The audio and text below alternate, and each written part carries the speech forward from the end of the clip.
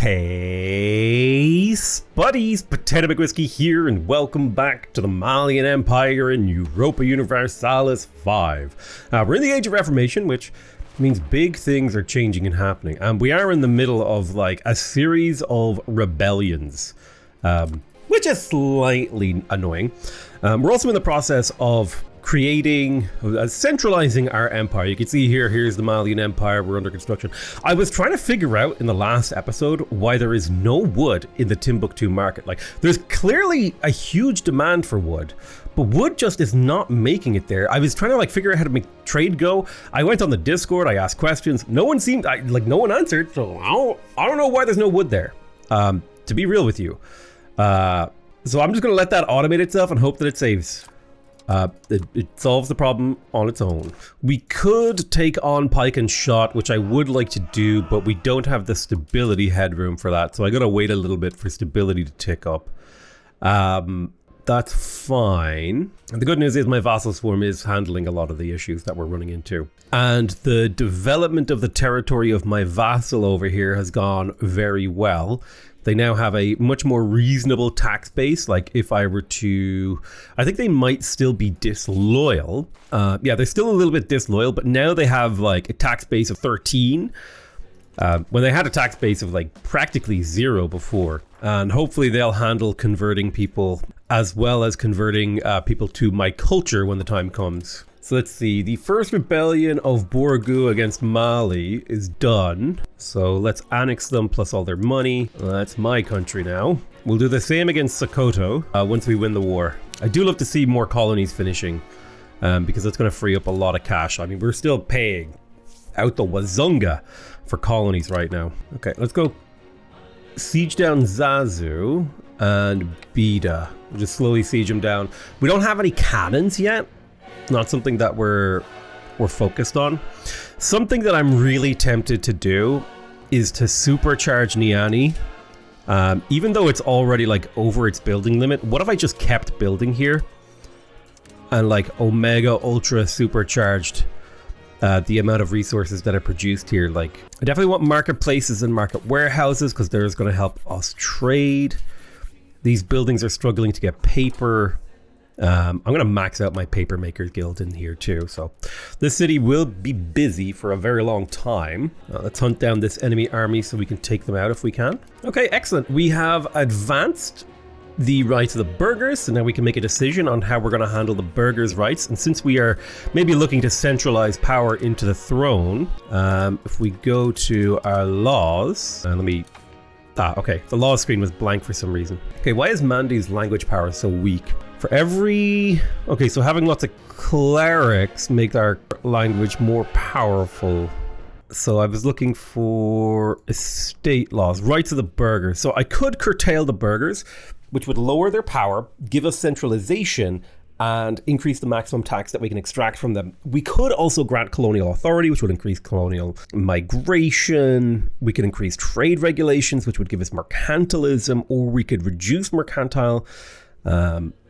Either way, we could make them happier. If we kind of take a look at them right now, see, we could strengthen their rights and make them very strong. Have strong guilds. So strong guilds would make the burghers happier, more powerful. We would also get a production efficiency boost, which would be really strong. Maximum tax is so good. I'm going to go for the maximum tax because I feel like the more I can extract from these guys, the better. In terms of advances, let's go ahead and check out the Age of Discovery. Food production isn't terrible. It would be nice to grab. We don't necessarily need these outputs. I am kind of curious about recruiting explorers. So I might go for explorer commissions and then recruiting explorers. And then maybe the caravel, it's a light ship. I think the caravel is a trade ship. So maybe it would be good if we had caravels. It would be nice to do open sea exploration. I would love to do a wave of exploration here. Over the next little bit. I want to disable the outliner. I've heard that disabling the outliner has positive effects on stability. So I'm going to disable the outliner, which kind of actually makes the screen feel a little wider, which is really nice in its own lovely way. So the Niani market, no matter what I do, it seems, the hunger for wood here is crazy. So we're making over 100 and 15 wood here, but we're using so much for things like charcoal creation, sheep farm, scriptorium. Just, we need so much wood. So I think what I'm going to do is I'm going to try to mass expand my wood production, firstly across all possible markets. Then I'm going to go back and I'm going to browse buildings. I'm going to look for lumber mills and places where there's a lot of peasants. I'm going to focus on the Niani market here. So let me change my filter here to Niani. I have a ton of lumber under construction now. That will create demand for tools. That's okay. The lumber is kind of like a big issue we have right now. We're just not getting lumber throughout our markets. Beautiful. So now we can recruit explorers. It costs 7,000 and I don't know why. Welp, I'm looking forward to that.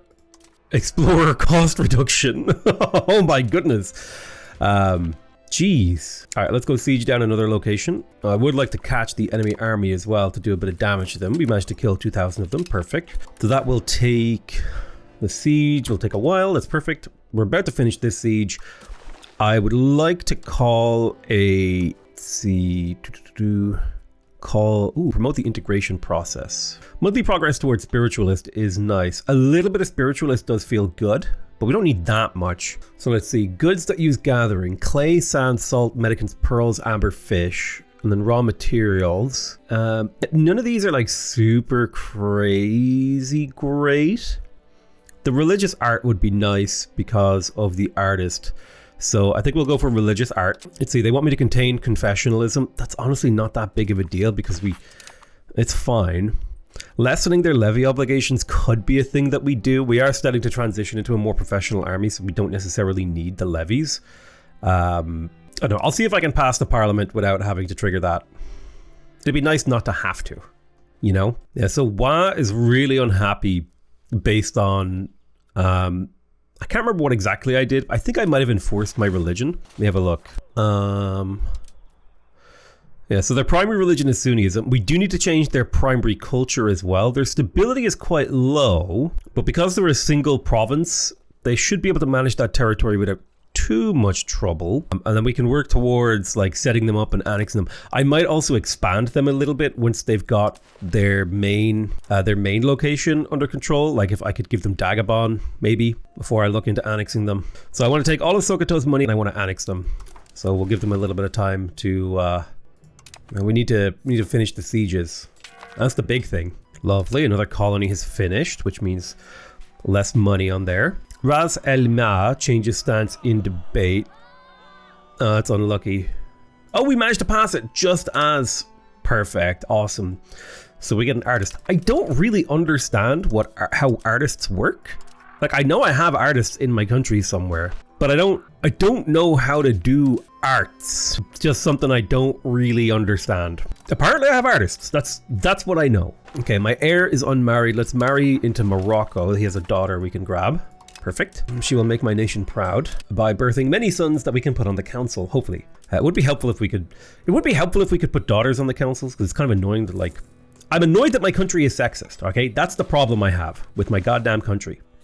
Well, every country is sexist in this game, because it's like modeling history, right? And pretty much all of history is just like, where on the sexism scale are we? And then if you want to make that a two-dimensional graph, it's like, where are we on the racism scale? If you want to make it three-dimensional, it's like, where are we on the serfdom scale? Like how much power do the rich people have over the lives of the poor?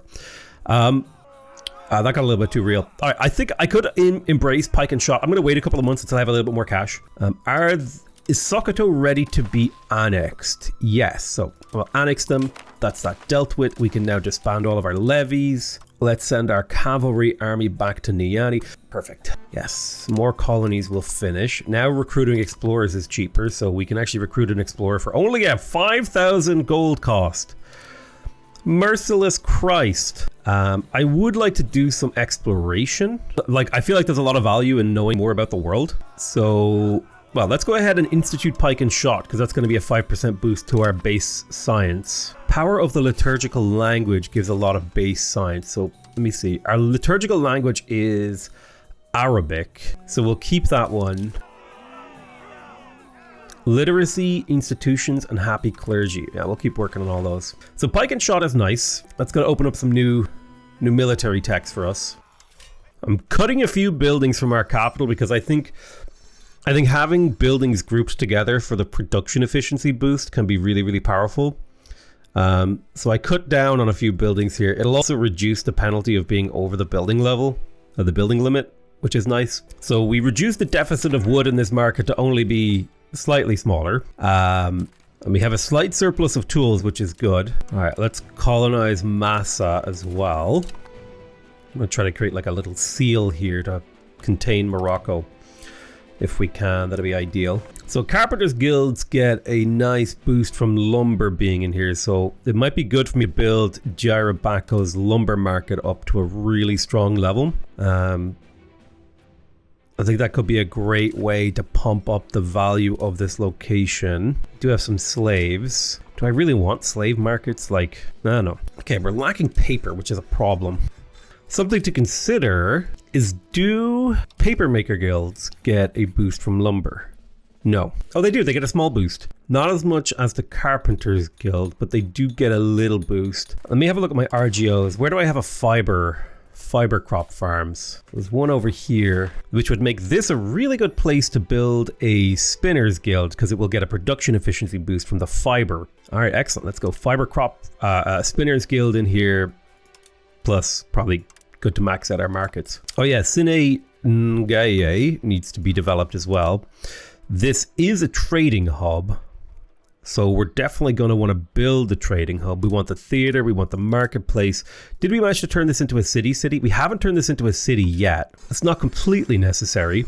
Stone is produced here, which should in theory make the mason way more productive. It's not that important. So let me have a look at the country of Nungu. So this is a monarchy. They have my culture and my religion. So these might actually be a good candidate to be fed more territory because they've already fully converted this territory in the direction that I wanted to go. So let's have a look at our integration map mode. Yeah, you can see like there's some territory here that I'm getting some value from, but not a lot. Like what if I fed them? What is this province here? This is Belanga. What do you have? What if I gave them Pusiga here? So let me open up diplomacy with these guys, and I'm going to cede them the province of Tenkodogo, which has 118,000 population. It's fantastic. And hopefully they will get to work on culturally unifying this land. We can now do open sea exploration, which is fantastic. Something I also want to do is find their capital in Nungu, and I want to build them. I want to pay for roads for them, because this will allow them to project their own control and their own proximity inside this territory, extracting wealth and controlling it better. So hopefully they actually start converting this. I don't know. They seem to be hard stuck on trying to convert this here, which is interesting. All right, let's take a look at the pike and shot advance. Maybe there's some stuff over there that we could use. Ooh, what's this? Promote institutions. Oh, didn't know that was there. Printing press, max literacy, promote institution. Yes. Hell yes. Let's see. Efficiency of cabinet. Oh, preaching missions. Yes. Convert population faster. Colonial migration. Iron output. Expand mining cost. The iron output is a big thing there. Cabinet efficiency is nice. Oh, dude. Institution growth. Paper workshop. Oh, printer's shop. Oh my God. I didn't know these were here. We need these. These are level ups for these buildings. They go from being tier 1 200 pop to tier 2 250 pop. So hopefully they're more productive. Poggers. It looks like they just use more or less input material. I can't tell. It's like they just have different inputs, which is really going to help our economy, I think. Now, I want to say these guys are stuck culturally, trying to culturally convert slaves, which is why they're not going to convert this. So for countries that have slaves, giving a second province isn't very worth it, it seems. So it's better off to have a single province miner to manage the land. So anywhere I have very low control, I think is worth to create a vassal. So Ouagadougou here, I'm going to create a subject, custom subject in Ouagadougou as a vassal, with, I don't know, someone from the Crown Estate. Not on my cabinet, ideally. You. So with this vassal here, if we take a look at them, they are Mossy and Rogo Mickey. So the first thing I'm going to do is start improving relations with them. And then I'll wait a few days before I enforce my culture on them. Well, I'll enforce religion first, because now they'll start converting to Sunnism. But yeah, having a bunch of single province miners I think is the play, because if we look here, like, who is this again? This is Ouagadougou. Like, they only cost me a tiny amount of diplomatic capacity. It's like nothing. Okay, there's no market access over here, which is unfortunate. Why is that? Let me have a look. Market access is 0. Might be good to build a town and make a market out here. Okay, let's have a look. So we've got Santiago, we've got Fogo, Boa Vista, Grasslands. Whichever one has the highest population capacity. Boa Vista's not bad, honestly. Can we look at the natural harbor capacity? Ooh, okay, so Santiago has a nice natural harbor, which would make it a fantastic location for a town in here. What we really need, yeah, is to patrol more and get our naval presence up. We'll work on naval presence over time. Oh yes, no, they are doing the conversion. Awesome. Okay, so they can manage more than one province at a time, which is good to know. Maybe 2 provinces is a good number. Yes, there's a printing press plus 10 max literacy. That's huge. We're going to start seeing rippling effects from that. Now, we're making a lot of lumber in Niani, and it's our main source of lumber. I definitely want to build more. Segu doesn't have that many peasants available, but Bundiali has a lot of peasants available. Remember, each level of a lumber mill costs, I think, 1,000 workers. So we need to be careful about where and how we build these. Okay, looking at Borgu, this is one of my fiefdoms. So let me see here. You have my culture and my religion, and you've done a good job of converting everyone in your capital here. So I think it could be time to give you another province in particular, because we have very low control of the area. Let me have a look at what provinces are available. I could give you Yauri. Ooh, I could yoink Borgu from Oyo. Let me do that. So let me talk to Oyo. Let me seize this chunk, which I will then gift to Borgu. So now Borgu has a second province that they can start working on integrating for me. And actually, where's Borgu's capital? It's over here.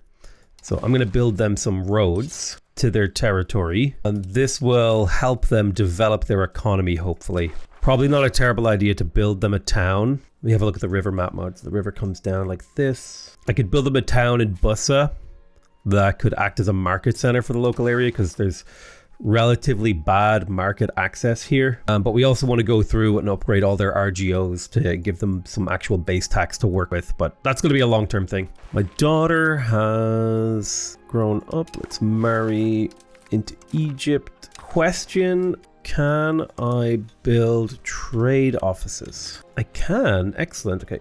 Let me just go ahead and get a bunch of trade in here. So I think almost all of our trade in Foss is coming entirely from our trade offices, and it's a lot of trade. Like, just see, how do I tell? Let me see. Yeah, we're making 86 ducats from building trade offices here. Trade offices are super good, man. I'm impressed with how good they are. We definitely want to focus on making more trade offices in the future. Okay, I think we've managed to fully core up this territory. So let's go ahead and cancel these. So this is assimilating scene.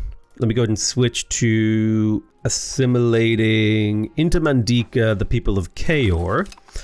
And then we're also converting scene. So instead we want to switch to converting to Sunnism, the people in Kayor, because you need to have your religion and culture present in order to gain a core, and cores give you a lot more control. Really awesome. We have the ability to promote institutions. So I'm kind of curious now, if I were to go to my cabinet, promote institution. So I'm promoting institutions in Old Manding. If I go to the institution map mode, what does that actually mean? Well, the good news is we have global trade in Niani, which is going to make spreading that a little bit easier. We could definitely use more tools in this market. So I'm tempted to keep popping down more tooling guilds. Let's have a look. There's a button we can check if we look at the Niani market. So we're still missing sugar. We're missing incense. We're missing mercury and silver. In terms of buildings, okay, we have a huge deficit of paper. Now, the new building that I'm researching, the printer's shop, makes use of lead Oh, sorry, not the printer's shop. Sorry, the paper workshop is what I'm looking for. The paper workshop makes use of fiber crops and cloth. So that could be something we need to consider. Let's see, Paper Makers Guild. Oh, it's such a deficit. Let's just max out paper guilds here in this city. Unfortunately, Dakajalan does not have that many in the way of workers. There just really aren't a whole lot of peasants available for work in here. Bamako is making a lot of slaves. I'm gonna cut off the slave markets. Hopefully that will allow the slaves to promote. So there's preaching missions, excellent. So the burghers are in the process of demoting here because I cut a bunch of burger jobs. I want to see if like slaves will start promoting back to normal. Okay, the city of Rosso still has a bunch of building levels that we could make use of. Let's make sure we build our trading hub and our theaters and our marketplaces for sure. I feel like we're definitely going to want paper in here too. Yeah, we just have such a deficit of paper. Let's max out our paper extraction. Make sure we're using the advanced paper methodology. Now Medina, I had wanted to build a market out here in Medina. So how much is that going to cost? 4,000. Jesus Christ. I think I'd like to build a market in Santiago as well, so let me drop that. It has 0 market access, which is a massive problem. So having a market out here. So there's more colonization. The Moroccans are calling me to war. I will accept. Genuinely baffled by these wars they keep calling me into though, I will be honest with you. Let me grant... Oh, I can't grant provinces while at war. I was going to expand my vassalization situation, but it's not a viable decision to make. I really need to reorganize all this land, but it's fine. We'll get to work on that. Okay, so we have a market center in Santiago, so hopefully resources will get exported there. We can pull a new doodle-a-boop. I don't think we need to do the gravel road network. I do like the idea of sponsoring university for research, so we will grab that. I'll need to buff. Oh yeah, let's take out the spiritual retreats. That's perfect. That aligns with my goals. So I'm going to look for estate buildings inside Niani. I think we need to have 75% control. So let me make sure that that goes up to that level. It's really weird because I have it set to show only control of a high enough level, but it's just showing me everything. But I want to take out these toll castles to weaken the nobles. So let me change how I'm doing this filter. Toll castles. Oh, there's got to be a better way to do that. Come on now. I'm searching for build. Oh, that's so weird. All right, let's double check our colonial map mode because we have started to finish up a lot of colonies. I wanted to save up for an explorer, but some of my money just disappeared on me. I think I have auto construction on. Absolutely do not build castles. Wait a minute. Well, that just made me turn off the building auto builder. Under no circumstances do I want that thing building castles. Well, it's never going to be activated ever again. All right, let's siphon up a explorer. So we recruited Sierra Ebrima, who is a scientist on the sea. This does not feel worth it. I am going to be real with you. I feel like I got shafted and I am disappointed. And so I'm just going to start firing off explorations. All right, sick. There's print cultures. Our institutions will grow faster. I'm firing off a whole host of explorers right now. So I'm like looking at this. The military ability increases the exploration. Okay, I'm curious about this. Okay, so it is way slower to explore without an explorer, which makes it way more expensive. That at least kind of makes sense. Okay, so now I see the value of an explorer, or kind of. Well, that's good to know. Okay, stone quarries are like crazy profitable in here. It would be nice to get the lumber mill. Let's type in market so that we can make regular marketplaces basically everywhere. I'm tempted to delete some of the cities that aren't a part of my superhighway. I will. I'm going to delete any cities that aren't a part of my superhighway. The idea here is that, ooh, do I want to do mercantilism? I mean, if I lean heavier into mercantilism, I don't want to lose legitimacy. I don't mind losing stability. Stability seems to be less emotionally painful to lose to me. Okay, sick. We just unlocked the paper workshop. Now, how does that work?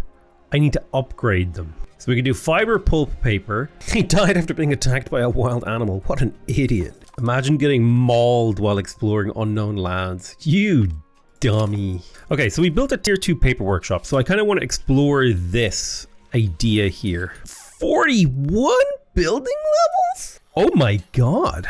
We could create like paper mecha. Step aside, cannon maker. That's wild. So the paper workshop is pretty darn efficient. What's interesting is that the normal paper makers guild isn't in here anymore. If I type paper, it's not in there. So the only way to upgrade it is from this screen. That's kind of weird. But let's have a look. What's the paper situation? I mean, we're only cutting it. I mean, we're breaking even. And this paper makers guild is making like 25. So let's just upgrade them all. And we could create like a paper manufactory here. Okay, we've got a Malian slave uprising. Just gonna raise my levies. Noble nobles want a white piece, which is fine. I accept. So that was a really interesting discovery made with printing press about like paper workshops. Let's have a look. What else could we go for? We could unlock some cabinet laws. Administrative clergy would increase the amount of clergy we have. Nobles of the robe would give us more nobles. Meritocratic recruitment would give us more burghers. Dynastic administration. Ooh, more centralization. Weakening the power of the estates. I like that a lot. I also like the idea of getting books output, so I'm going to go for cabinet laws. Ooh, lumber output would be big as well. Upgrades to some of these buildings would be cool. I mean, the weapon workshop and the naval supplies, that seems good to improve our economy. Ooh, cheaper urban buildings, more trade capacity. I like everything that's going on in here. Ooh, faster conversion is also super good. Oh man. Yeah, we'll have to see what we can do. All right, let's annex the revolter. That's that dealt with. Let's disband our levies. And how goes coring land over here? Oh, it goes well. Okay, I'm trying to remember. I gave these guys, this is where I wish I didn't have quite so many vassals. So if I go to these guys, Ouagadougou, and I check out their country panel, they're the wrong culture, the right religion. So can I enforce? No, they're still a little bit mad at me. Okay, let's have a look at Nungu. They're the right culture and religion. Have they been diligently? Yes, they have been diligently converting this territory for me, which is fantastic. Excellent. They're not quite done. I mean, they're kind of done, but they're not quite done. So I'm gonna might leave them with. I could give them another province. Where's their capital? The capital's right here, so I could give them the province to the north. So which province is that? That is the province of Basuma, of which I have very little direct control. So let me go ahead, chat to these guys. I'm going to cede the province of Basuma to you, Nungu. Now, Ouagadougou, I need to convert you to a different culture. These guys, if I open their country panel, they are Gurunsi and Sunni. Their loyalty is low or high enough to where I can enforce my culture upon them. Perfect. So that's that. They will start culturally converting this territory for stability. Borgu, I'm trying to remember Borgu. Let me have a look at you, good sir. You are Mandika and Sunni. Needs to be a better, let's see, culture based on location. Okay, so you're still, it seems like you're still converting some of your land. So I might leave you to that, even though you are set up correctly. I might create a vassal out of this province, even though I have actually kind of okay control here, but I can use this as the primary vassal location to, I don't want a historical, I want to create a custom subject out of this territory as a vassal with somebody from the crown. You, perfect. And now you should have my culture and, yeah, you have my culture and my religion, which is perfect. So I'm immediately going to begin improving opinion with you. I don't need to enforce anything on you, so I can just cede you a province like Liptako. If I check control map mode, integrate, yeah, I'm going to cede you a province. So let me cede you Liptako so you can get to work on getting that under control for me. And then what else we can do is your capital is Airu.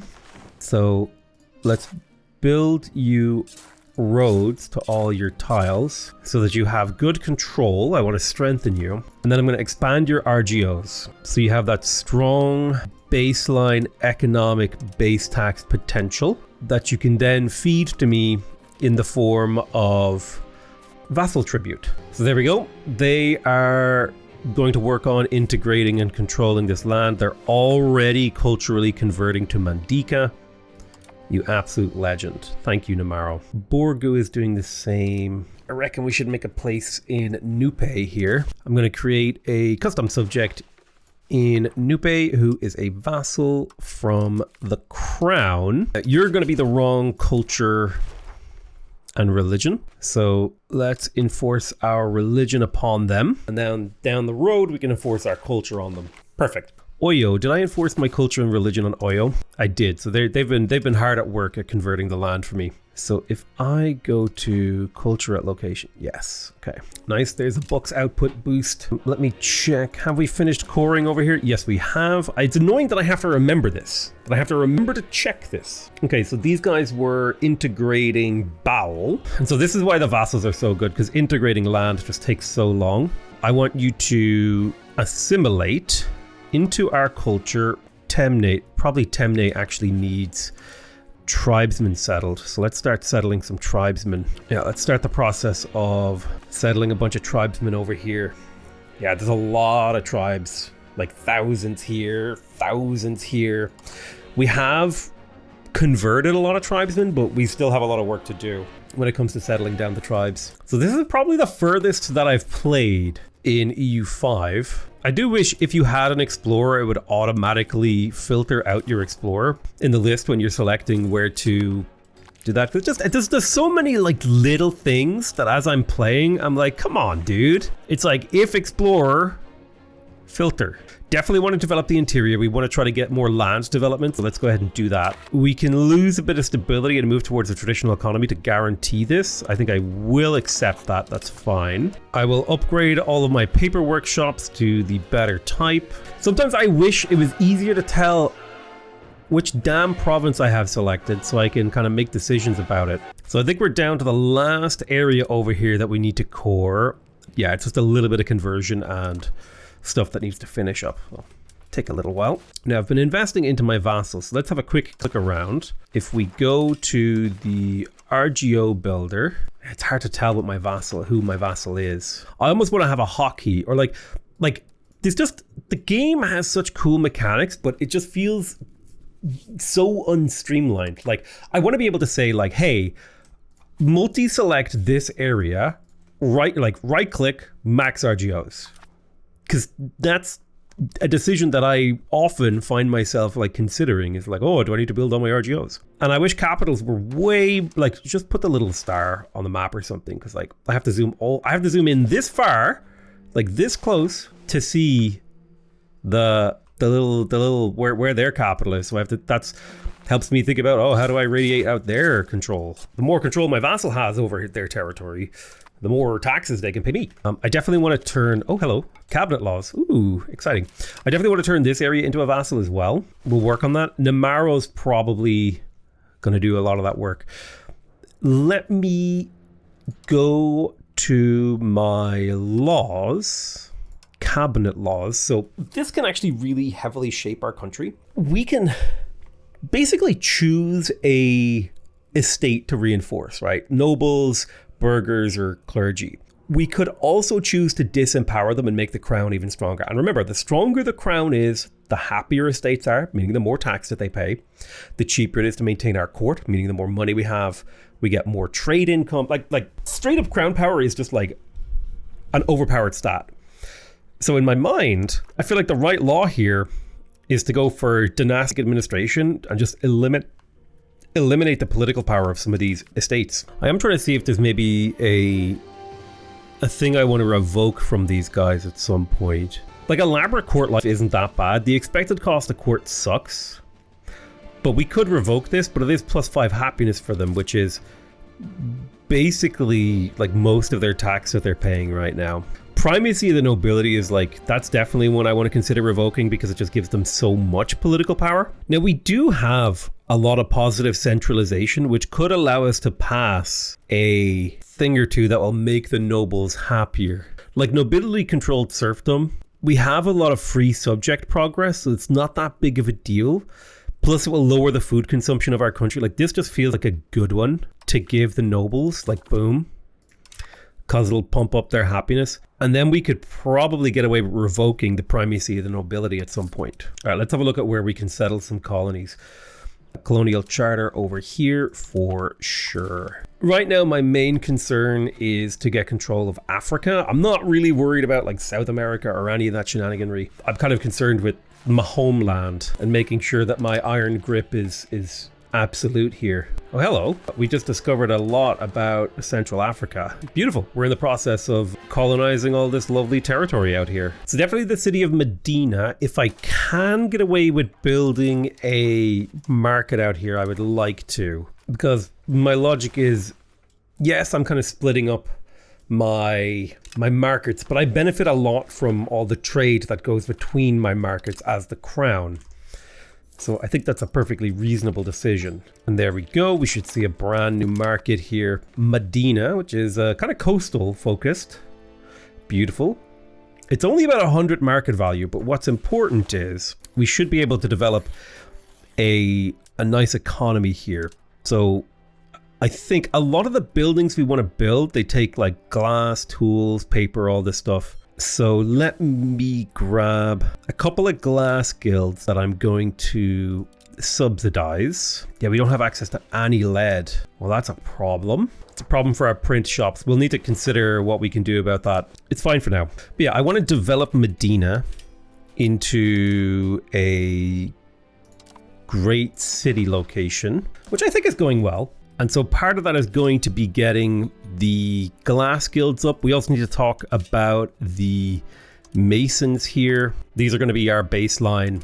These are the building resources that we need. My explorer is back. I'm trying to think where or what I would be really useful to know. I don't see lead anywhere. It could be good for us to start colonizing South America. Tell you what, let's do a little explorer here from Medina with Sierra Abrima. So Wa's capital is here, so it probably would make sense to grant them a province. I'm going to give them Dagbon. So let me go ahead and open all diplomatic action. I'm going to cede you the province of Dagbon that you can use to continue to develop your economy in. It should be pretty good for you because you should be able to project decent control. We'll have to kind of wait for the month tick to go over before this map updates. Ooh, brilliant. We've unlocked weapon workshops. I would like to kill these guys.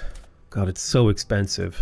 I'm just going to kill Guerico, even though it's going to cost me a stupid amount of stability for what should be a very easy war. Now, we also need to build some roads for Dagbon to their new territory, or for Wa rather, for their new territory. And then their new territory also needs to be upgraded. Beautiful. And so they have my culture and my religion, so they will spend some time converting that. So when I eventually annex them, it should be dropped as cores. And basically, again, just to like reiterate what I'm doing and why I'm doing it, is creating these vassals. Really, I'm doing it for the cabinet actions because I can't do enough cabinet actions to get all this land. It's a real problem, the lack of cabinet actions. So let me talk to Oyo. Oh, I can't grant them land because I'm in a war with Guerico. Okay, yeah, we'll finish up the war real quick. All right, give me that land. We should be able to integrate this land pretty quickly because it's so close to our capital, so we don't need to make a vassal there, although it's probably efficient to do so. Check the old integration map mode. Okay, fully integrated here. So speaking of which, let's go ahead and let's see, what are you better at? You're better at not integrate. Yeah, you're going to integrate, and then you, good sir, are going to settle tribesmen.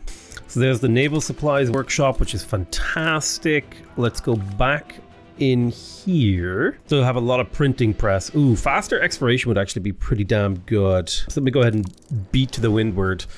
Grab that real quick. Max literacy for clergy is so good. Oh, crown power. Oh, there's so much good stuff down here. Paved road. Oh, damn. Okay. All right. Jewelry output, yes. Max literally clergy, yes. Artist skill, yes. Cheaper court, yes. Crown power, yes.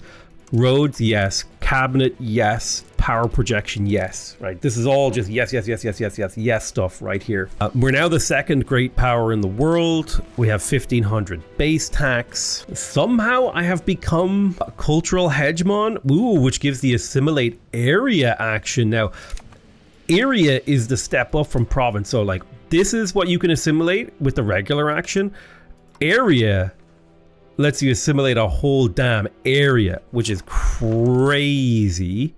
I kind of want to I want to test that out. So we have assimilate pops into our culture. Then where's assimilate area? Plus 20. So it's half as effective, but it's way bigger. Like I can assimilate the entire area of Mali, which is kind of nutty. So we got a new thingy. Oh, we could spend 1,000 gold to get a new explorer. That's actually fantastic because explorers are way more efficient at doing the exploration stuff. Colonial charter on the way. Sick. So we're getting a grip on South America now with our colonial charters. Let's explore this from the Medina market with an explorer. You see like how many clicks there are to get here?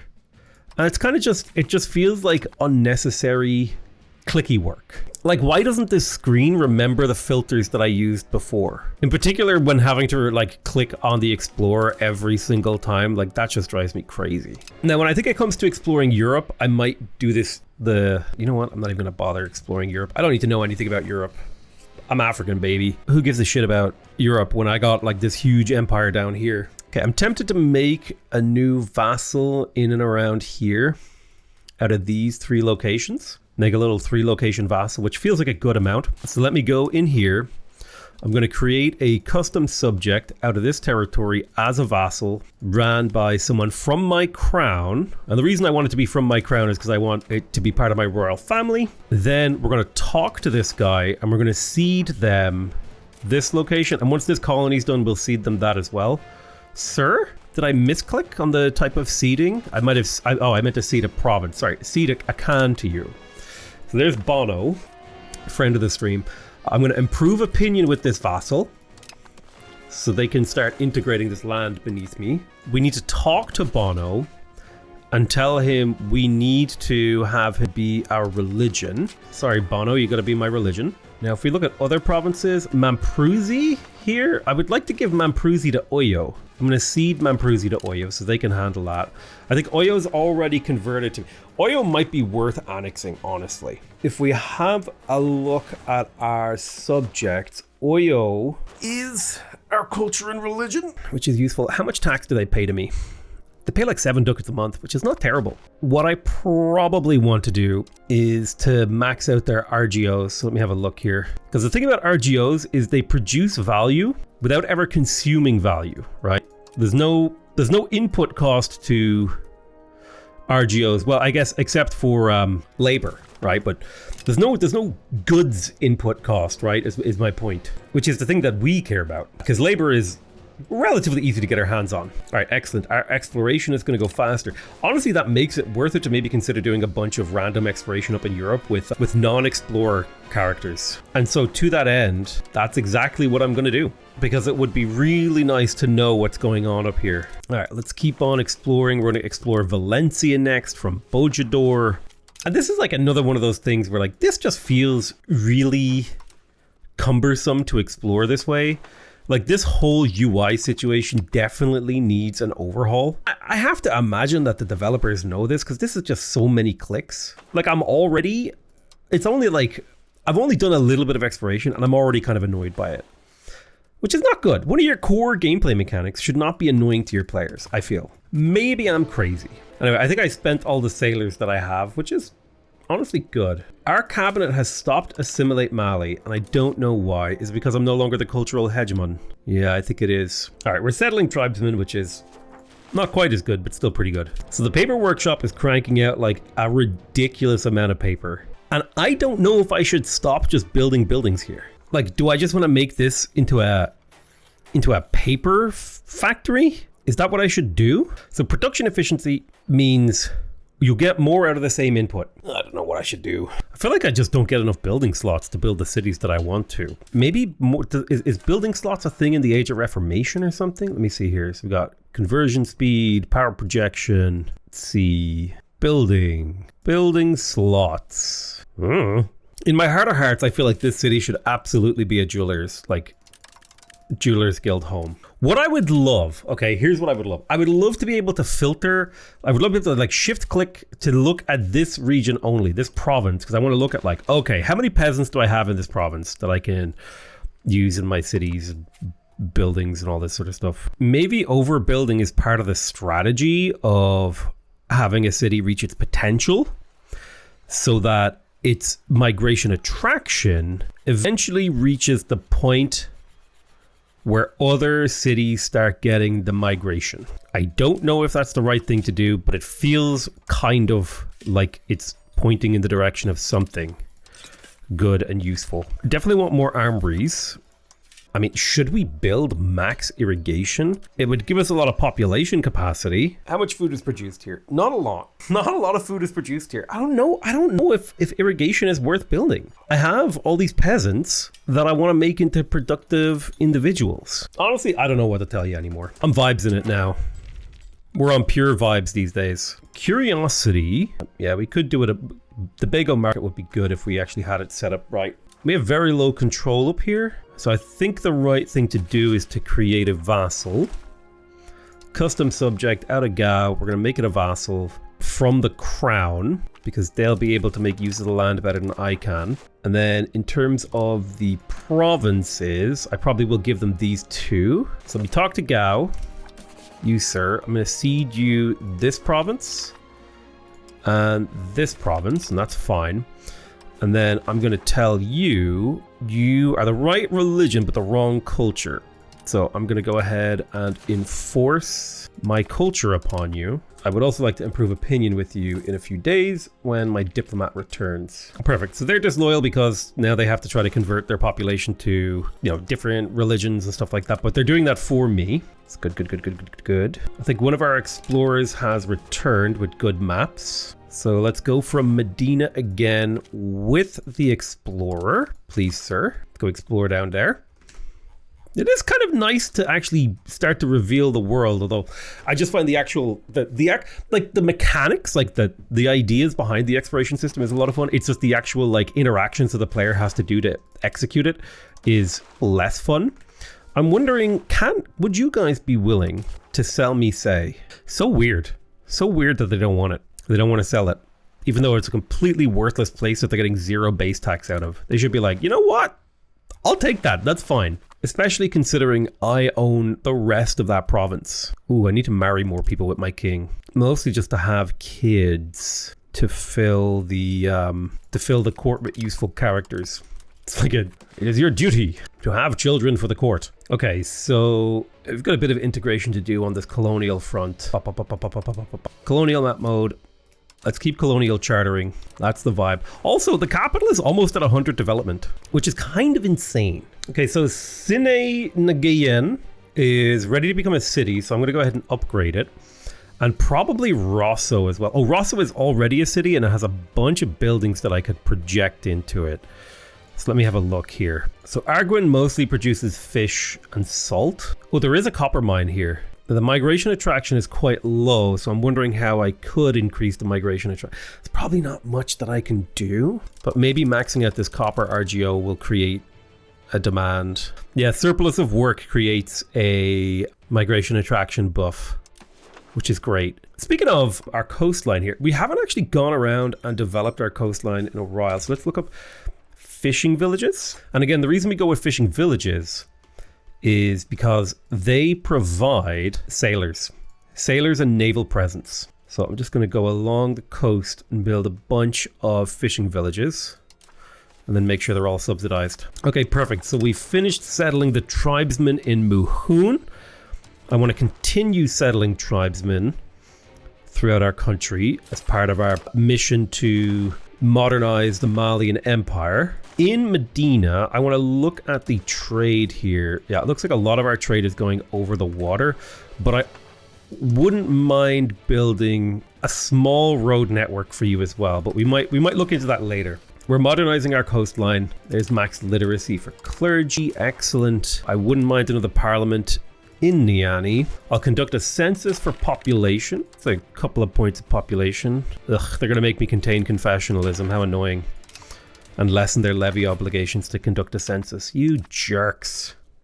I can't wait to disempower the nobles completely. Some dude just maybe pay 15 gold ducats to pay for his dog. All right, let's deal with Yatenga. Finally getting to make House of Patriots have risen up in independence. We will deal with that. Actually, I think most of my vassals should be able to handle that if they do start raising levies.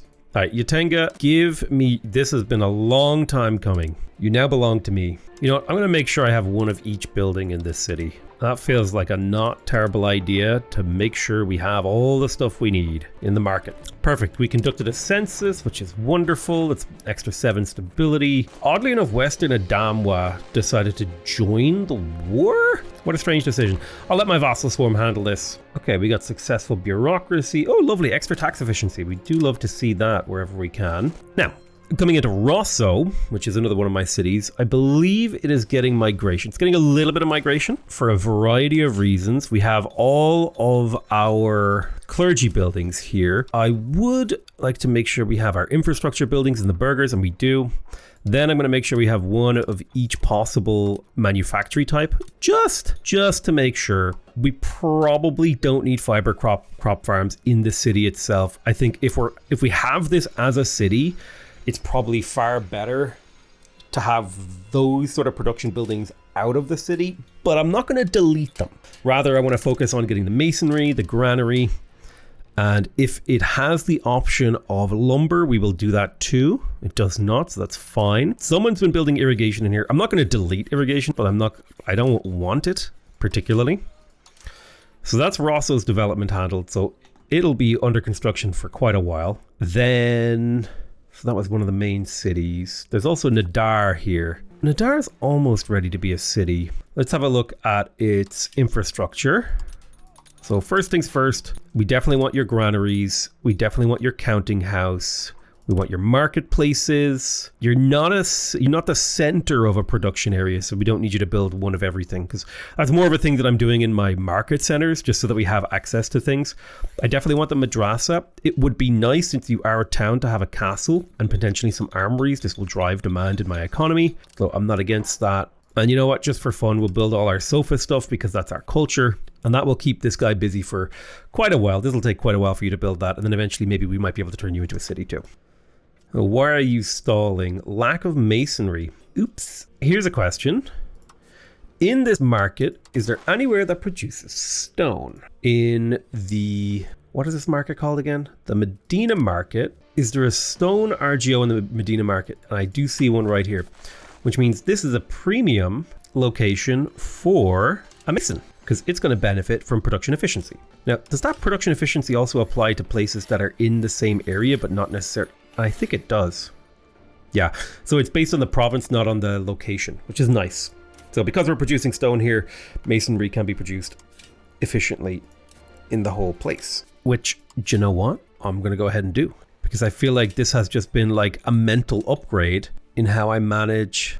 Man, I wish there was just a better border. Is there a different map mode? Is there a flat map option? Okay, there is a disable 3D terrain option. Let me go ahead and try that out real quick. But yeah, because stone is produced as a base resource here, this is absolutely a fantastic place for us to produce masonry, because it's going to be a very efficient place because stone is in here. Lumber too makes this good for certain things. We've also got rice, sturdy grains, livestock. There's a bit of food in here too, but mostly we care about the masonry production. It's very nice. So we should see an uptick in the supply of masonry in our economy here. Okay, we're cultural hegemon again, which is kind of funny. I like that I keep flip-flopping, flip-a-flopping. Flippity, flippity, flippity, flop. Are you done yet? I've been waiting for this colony to finish for like God knows how long. I just paid 20 gold for another dog. They're dog crazy, I swear. I tells you. So we've got saffron, lumber, gems. Gems are useful. Medicaments, saffron. Okay, nice. So I'm wondering, can I like, if I export the slave good to Santiago, will I get slaves there? Let me try and set that up. So let me go to Rosso. I'm going to create a trade where I export slaves to Santiago. I don't need to export that many slaves. I just want to do like one. Okay, so now that is there like let me type in slave. The Europedia. Game concepts, or by acquisition and trade in markets. Okay, so slaves don't assimilate and convert. Okay, slaves don't assimilate is good to know. So does that mean, am I now importing slaves here? Oh, lovely. Our court is cheaper to maintain. Beautiful, lovely advance. So Guinea down here is adjacent to us. I'm going to start colonizing it. Where else do we see that's adjacent? Yeah, we're going to colonize this too. We could compete with Venice and England for this one. I'm not going to bother. I don't mind them having like a little rest stop here that we can eventually conquer off them. My vassals are not doing a very good job managing this war for me. Come on, guys. You got to actually stand on the forts. It's your whole job. It's the whole thing you're supposed to do. There are slaves here, but I don't know where they're coming from. Anyway, Kulikoro. So now that I know that having a lot of jobs actually causes migration, I'm kind of okay with overbuilding in some of these locations here. Now, Kurokoro is part of this market, so they produce rice, clay, wheat, livestock. So clay, one of the things you can produce with clay is actually bricks. So this mason should have really high production efficiency. So I'll stuff masonry in there.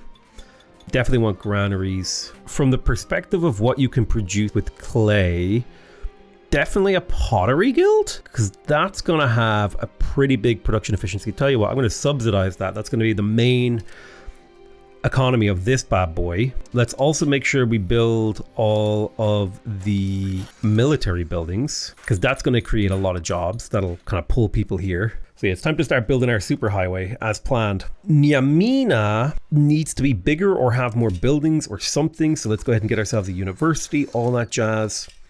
In terms of infrastructure, we want to build up our infrastructure. This is, again, sort of in that clay zone. There's a lot of clay here, so I feel like this would be a great place to set up more masons that are set to use clay and make sure we have all of our basic infrastructure as well. We don't necessarily need fruit orchards or anything like that. And we'll build our armory and barracks and all these things. And we don't care when or how these things are built or the order. We just care that like at some point in the future, this city reaches that level.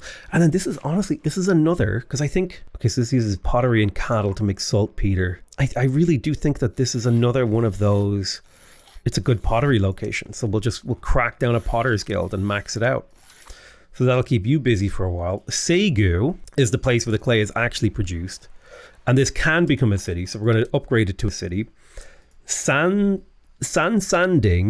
is not ready to become a city. So let's see what we can do. So it's inside this area with all these jobs. The clay, the wheat, the livestock, the rice.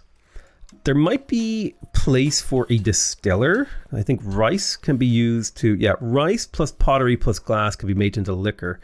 So it should be a pretty efficient distiller's guild here. But aside from that, again, it's sort of like Mason, make sure we have our infrastructure up. The Potter's Guild is worth it. The Potter's Guild, the Distiller's Guild. The Tannery does use livestock, which means the Tannery would actually would get a production efficiency boost here as well because of the livestock. Tailors, I'm not so sure. Weaponsmith Brewery. I don't think you can make this from... There is wheat here, so you could make wheat beer if we really wanted to make a brewery.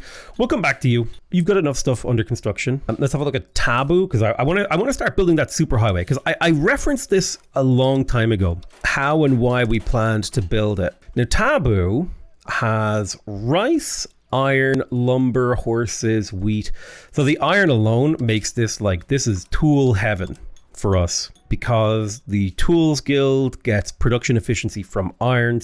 And tools are one of those really critical resources that we definitely want to make sure that we get a lot of value from. Let's make sure we probably don't need the mason, because like we don't need the mason as much, but we definitely want our granaries and we definitely want our military buildings, driving demand and jobs. We'll leave that as is for now. Soso, you're inside this area, so we've got sturdy grains, wheat, livestock. Oh, there is fiber crops here, so you're going to be a fantastic place to produce cloth. So we'll make sure that that's maxed out. We do want your counting house. We're also going to want your religious buildings built up again, creating demand. I think it can be worth it to build the military buildings. I don't know if that's what we want to do right now. If we want to create a lot of jobs demand, then these rural buildings are really good at it. But I think I would prefer to focus on... Does the tannery get good production efficiency here? It does from the livestock, so it's probably not a bad place to build a tannery. Ooh, Jeweler's Guild. Why is that production efficiency so high? It's because of our unique ability, okay. So yeah, the Spinners Guild and probably a brewery using sturdy grains. So we'll max that out and we'll let them build up. Now Bambala, pretty much the same thing. Kolokani. I mean, we want all of these buildings for sure. We want all of these buildings as well. These are our infrastructure, culture buildings. Definitely want your armory. I think that's urban building only, right? Yeah. Okay. God, I feel like I learned so much about how to play properly, purely from an economic point of view. So the town of Koronenkoto. This is another one of those towns where we're going to want to create a bunch of jobs. What sort of, so you've got cotton, wheat, livestock, and wool. So you're definitely a cloth producing area. So the Tailors Guild is going to be a perfect place for you. Probably also the Spinners Guild. I'll max that out. Printery is probably not so necessary. I don't think you produce the hemp, do you? No. What was it again? See, this is just where I just like when I'm building things, I just wish I could see like, oh, this is what's produced locally. But yeah, we want the madrasa, we want the temple, we want the hospital. We definitely want our granaries. So cotton, wheat, livestock, wool. These are definitely tailors and spinner guilds locations. Now, it might be good for us to create an urban highway to Medina here. Now we are going to be going upstream a river. So let's follow this river down. So this is upstream a river. It stops there. Now, if I recall correctly, going upstream a river is about as good as a gravel road. Downstream a river is better, but we could pretty efficiently build a canal system here. I'm trying to see what's the minimum number. So if we went Niani to one of these two, you know what's probably better? If I go to the road map mode. No, you don't want the province map mode. Okay, here we go. No, not the province map mode, the location map mode. So we want to go from Niani to Medina in the minimum number of jumps. So 1, 2, 3, 4, 5. I think that's it. But we also want to avoid jungle if we can. Because jungle, right, like so forest plus 25,000 capacity. Jungle's actually better, but roads are harder and development is slower.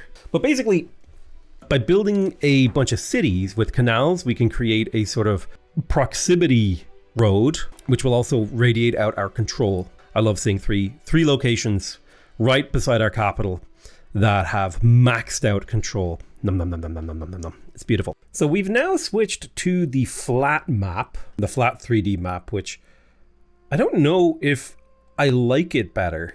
It's hard to see rivers on this map, which is why I wish I had the river map mode. Yeah, I don't know if I love this map mode. I'll switch back maybe.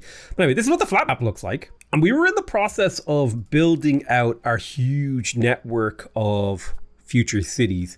Like Messina over here is built in a location that has like rice and wheat and all these things. I kind of wish when I was building, I could like sort by production efficiency. Like I could do all these filters, but anyway. So Messina, we're going to build a theater. Again, this is going to drive demand in our economy for a variety of goods, giving us cultural tradition. I'm going to build a marketplace as well. Now, Messina is where rice is built, and rice can be used to produce beer and stuff like that. We've got wheat and grains and livestock in here. We've also got fruit and cotton.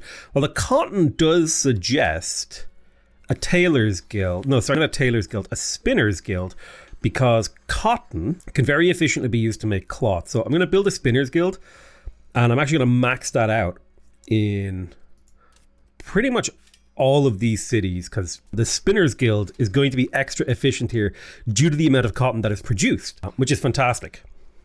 Now, on the other side of things, there's cotton, fruit. The other side of things, so fruit, I don't know if can be turned into anything useful. It might be good to make a brewery, because both wheat and sturdy grains and fruit can all be used to create beer. And then rice, which is grown here, can also be used to make distilleries. So I'll tell you what, I'm going to build some breweries and some distillers. On the Spinners Guild side of things, I'm going to make sure that we use cotton, because I think the wool won't get the same level of benefit. You can see only 8.29 versus 18.29% production efficiency. On the brewery side of things, it's getting 15%, 8%. Okay, so which has the highest production efficiency? Yeah, it looks like building them out of fruit has the highest production efficiency here. So we'll do that out of fruit. And then out of distilling, Highest production efficiency seems to be rice. Perfect. So that's what we'll go for. So that's Messina handled, and hopefully the creation of a bunch of jobs here will drive immigration. On the jobs front, I definitely want to make sure we have all the granaries and the masons. It could be worth it to build armories. They do drive demand in my economy. We'll add the armory, so that'll be done for a while.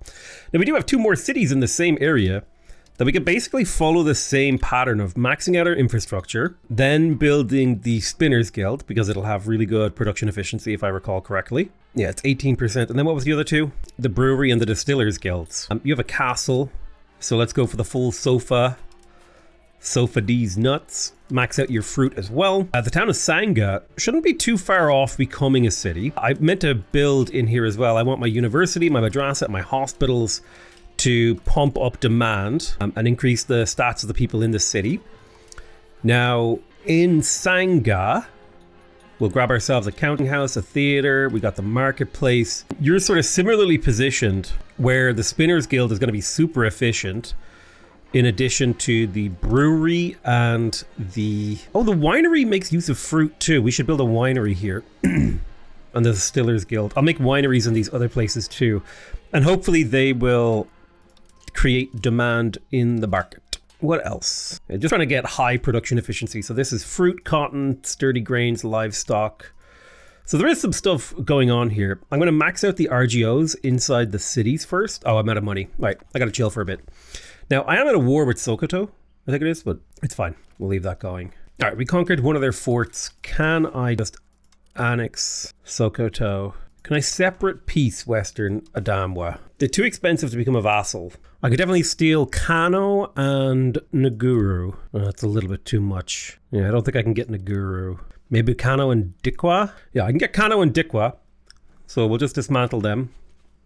We'll wait until they're ready to accept that peace. We need to... I tell you what, I'm going to grab pieces of land starting over here until we hit 100%. There we go. I'm going to grab all this land. Okay, beautiful. We finished the statecraft research, which is extra crown power. We have settled some tribesmen, so let's go ahead and continue settling tribesmen. The good thing about tribesmen is they can be turned into peasants, and then peasants can do useful work. Yeah, in an ideal world, we have about 1 million tribesmen that we kind of need to quote unquote get rid of. But when I say get rid of, I just need to turn them into something more useful. More useful for me. I mean, I'm sure they're perfectly happy living their lives, but so unfortunately, we've actually ran out of crown people to appoint to our cabinet, so we had to do a regular, like, clergyman. Ugh. Okay, our cabinet has finished integrating some provinces, so let's finish integrating Yatenga. I think there's only like one place. Yeah, it'll be done in like a year or 2. We'll get that cleaned up nice and quick. Love seeing this big proximity map, and then also the really high control numbers, and the superhighway is underway. I definitely want to start creating more colonial chapters, but I don't think there's a huge rush to do it just yet. Or colonial charters, rather. Keep exploring with our lovely little explorers. They've been doing great work for us. So will Western Andamwa take a separate piece? Yes, they will. They now are mine, and the Moroccan Empire has expanded. We do have some land that we need to integrate. Not a big deal. So the Moroccan Empire, the Malian Empire, has expanded. And so now we can piece out Sokoto. We will annex them and take all their money. I had planned to develop a couple of vassals over here. Nupe, your loyalty is low because I forced my culture, my religion upon you.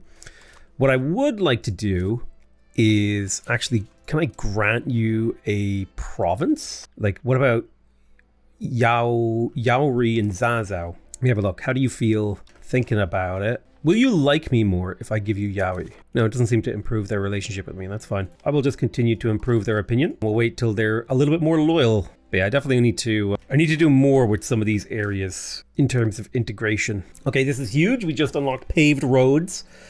So if we compare paved roads, here, let me go to the road map mode. So this is going to be a big construction project for us as the new type of road. So gravel roads have a 25% movement cost reduction. So units move about 33% faster. Like, because of the way that maths actually works out. It halves the proximity cost over land and improves market access by 10%. It also gives institution growth, development, and construction speed. Paved roads, 10, 25, 5, 10, 25, 5. Okay, so it's the same. Paved roads have slightly better movement cost, slightly better, like an extra 5% market access cost, an extra 5 proximity cost reduction. So if we kind of take, let's look at Garalo here. So you can see that the base cost, right, is 20, because we take 40, we minus 20. And so the base cost is 20. Then we run this through all of our multipliers, and we end up with losing 10 proximity. Now, losing 10 proximity means that the maximum control that would normally be 75 if it was 100%, because I believe 100% proximity gets you 75 control. Yeah, proximity is 75. We would instead be losing 7.5. And what's important there is that 7.5 is actually part of the propagation chain. So you can see this one would have an extra 2.5 proximity to start with. So building these roads, this proximity map, we would radiate out our control just that little bit further. And so I kind of want to start building paved roads everywhere. Now, paved roads, they cost lumber, masonry, and sand. So I think what we'll do is we're going to save up a bunch of money and wait for a parliament, and maybe we can get a paved road network parliament. So in Bono, I want to, I think we're still in the process of force converting them to our culture, but I would like to grant them a province here that they can integrate for me and culturally convert and do all the stuff that we need. We could embrace global trade. We have the money and the stability to do so, so I will, especially because that's going to boost our monthly research by a small amount. I'm kind of curious about global trade, so let's have a look here. So that is trade maintenance, maritime advantage, better furniture and workshops. We even get bonus salt stuff. We've got the port authority here. That's going to give trade capacity. That's really cool. It'll also create demand for naval supplies and paper. Proximity cost through seas. We've got dye workshop, privateers. Exploration is down here too. Trade companies. So trade company headquarters can only be built in buildings that fulfill the local requirements. It's a foreign building. Trade company headquarters can only be built in foreign. Requires us or our overlord to receive preferred market access. City, town, or rural. The trade company headquarters can only be built if the following conditions are true. Have less than one fully staffed trade company quarters. Okay. So you can only build number of satellite trade buildings. Number of satellite trade buildings a company can have. So the owner loses crown power, gains maritime presence, trade capacity, tax base. Curious. And then we have company governance, which gives manpowers and sailors. And then we have local ventures, which gives raw materials. Trade companies, subject type. I'm very curious about that. Then we've got chartered companies. We've got exploration, casus belli, cheaper trade maintenance, diplomacy. We've even got a customs house down here, which gives market attraction and trade capacity. What else do we have? Oh, hello. Better lead output. Beer workshops. A tool workshop? I suppose this is meant to be tier 2, but it has the tier 1 symbol on it. So this is, I can only assume, it's a 10% more efficient tool workshop that can only use iron, but comes with the advantage of being 10% more efficient, having more population, yada, yada, blah, blah, blah. And then we've got more iron output over here, population promotion speed, a lot of really cool stuff. Cheaper to upgrade to Empire. We can reduce inflation, trade range, tanning workshops. We could do intelligence agencies, cloth workshops. So lots of production increases in here. More money from subjects and all this sort of. I'm very curious about all of this. Perfect. There's +1 cabinet seat. Now, speaking of cabinet seats, I want to look for anyone who is in the crown. Okay. Now, I happen to know that one of my granddaughters just came of age. So I'm thinking of granting her the right to join the cabinet. So if I go to people, characters, the crown, who are adults, who are female, because I know one of them just came of age, who Yeah, you. So Siakita, she's shrewd, so she has decent stats. If we grant her the cabinet right, it costs us 20 legitimacy, which is painful. But she gets to ignore the gender limitation. Sure, that costs us legitimacy, but whatever, man. And that means I can have a member of the royal family on the cabinet, which has its own benefits. Every person you have on the royal family gives you a boost of crown power, so that's why we want to do that. And then I'm going to give her a job. Let's get to work on settling tribesmen. Bassa is next.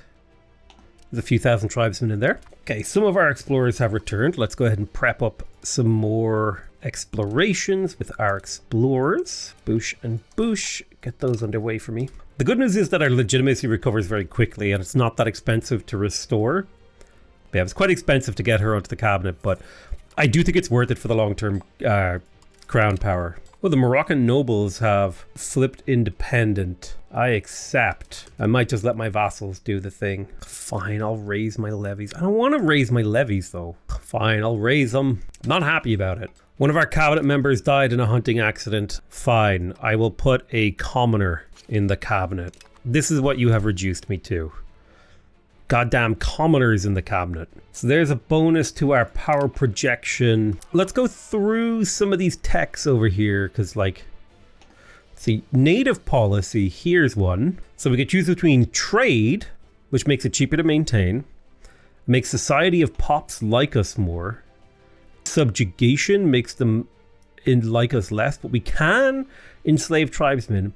And integration makes them like us less, but we convert faster with buildings. I think I would be more likely to go with trade. I don't see the point of, well, I could see the economic value of enslaving pops and then moving them around as need. But I'd be more likely to go with trade personally. There is some good stuff in here, but I don't know if we need it. Maritime presence. Cheaper exploration is good. Maximum RGO side. Construction speed is great. Mercury patio would help with gold. So I tell you what, let's go for cheaper exploration because we do have a lot of that we need to do. We'll go for trade range plus bigger RGOs plus faster construction. Then we'll go for more disease resistance. And then we want that gold output here. I wouldn't mind unlocking the Arts Academy as well. It has some positive effects on our cultural tradition and our artists, so we'll go ahead and grab that. Then, I mean, food production is going to be useful too, because eventually food production will be a problem. We don't need the discipline of cavaliers, even though it is really strong. Yeah, but then we want to make our way over here. Like, oof, so many good things to research. So much good stuff. But yeah, I'm going to focus on the previous age advances, because they're cheaper. Okay, Yatanga is now integrated. We do have a council possible, but we don't have nearly as much money as I was hoping for. Let's keep on settling tribesmen. Sonofo is next. There's a good few thousand of them there. All right, let's group these armies up. Let's balance, consolidate, balance, split. 2 armies of about 12,000 is fine. We'll tell them to focus siege wherever they feel like it. Oh, Muhun, which I think is a slave revolt, has jumped out at us. Well, the timing on that couldn't have been better. Oh, you know what? You know what's really funny? We don't have the road building option here. So let's just promote castle works to make forts cheaper while support the bellicose movement. That's not a problem. And my burghers are already on the way to improving my roads, which is kind of amazing. I love that. Well, I'm going to help. So I'm really excited for paved roads because it should mean that like transportation costs are getting absurdly low for me, which is kind of fun. Full annex this revolt. I suppose the Moroccan nobles are practically dealt with. I kind of miss seeing the map properly. Oh, I just slammed the upgrade roads button and it cost me a bunch of money, but I think some stuff just got upgraded. I don't understand. Okay, so it's fortification works. Fortification maintenance minus 20%. Beautiful. So wait, what did that do? Did that just use my money or did it actually do a thing? Genuinely have no idea what that button does, but so I'm just going to do the manual upgrades myself. Okay, so I think the war with Morocco's nobles is over, so we can stand down our armies. Yeah, I think the big thing for us now is to continue to improve our road network. You love to see this graph, though. That's the power of our economy increasing. All right, here goes the mass road building. It's expensive, but you should see this power map mode should start to radiate out further. in a beautiful and meaningful fashion. I gotta say, I'm having a great time exploring the game. I almost want to do a second Mali run where I like use all the knowledge that I've learned. Cheaper exploration cost, that's lovely. Where I use all the knowledge that I've learned to like see how much better I could do. So I'm going to focus on exploring the coastline of Africa for the foreseeable future, and probably the colonization of it too. I feel like there's huge potential in here.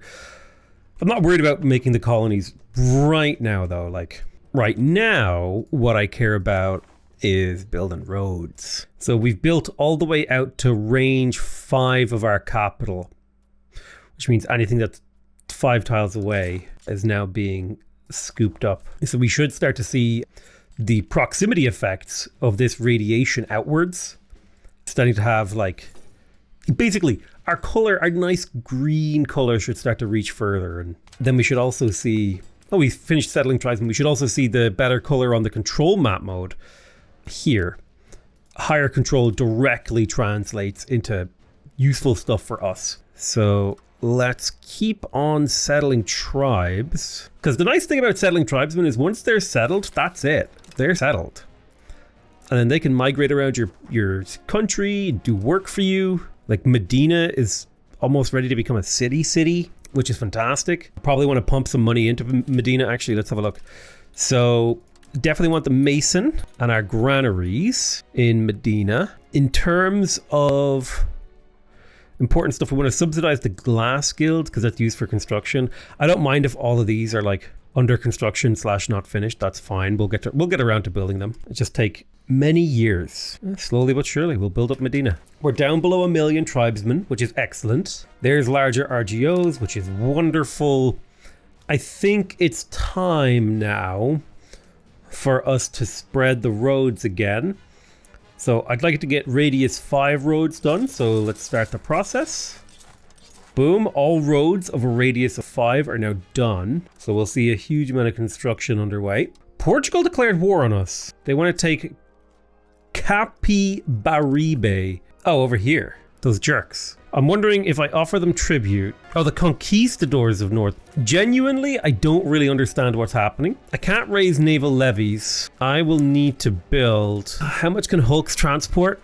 300. I'll need to build like 4 hulks to transport my cavalry over there. Just my cavalry. Okay, sick. We got another free explorer, which is fantastic. That's going to be useful. Free in the sense that we didn't have to pay a ridiculous fee for him, but not free in the sense that he cost us nothing. Jesus, this is all that's left of Portugal. Christ. 10% construction speed is nice. It means a lot of these buildings and stuff that we have queued up will finish faster. Yeah, surplus of work does create a nice immigration buff, which hopefully leads to like not every single pop concentrating themselves in Niani. It's good to know that surplus of work both improves the promotion rate and the migration rate. All right, my transports are finished. Let's get them down here to Medina.